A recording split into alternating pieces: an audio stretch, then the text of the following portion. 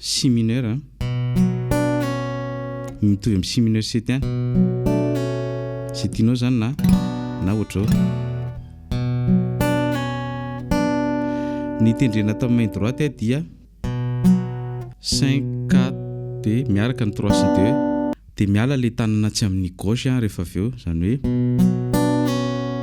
dia miverina eto atambatsika ary izy vitsy zay dia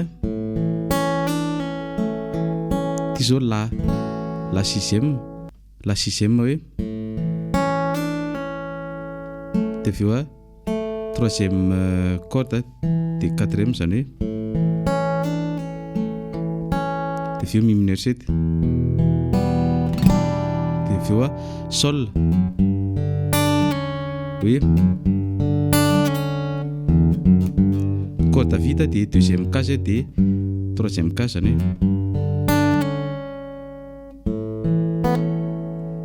dia be da be ny azo anaovana ny lehilahy eo azonao atao hoe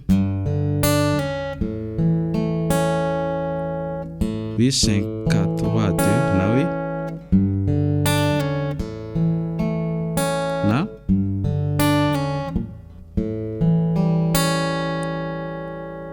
dia izay mety aminao zany tambatsika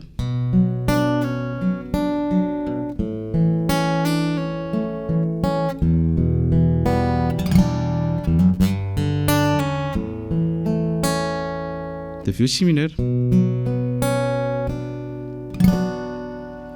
zay rehefa dia mazotoa mianatra daholo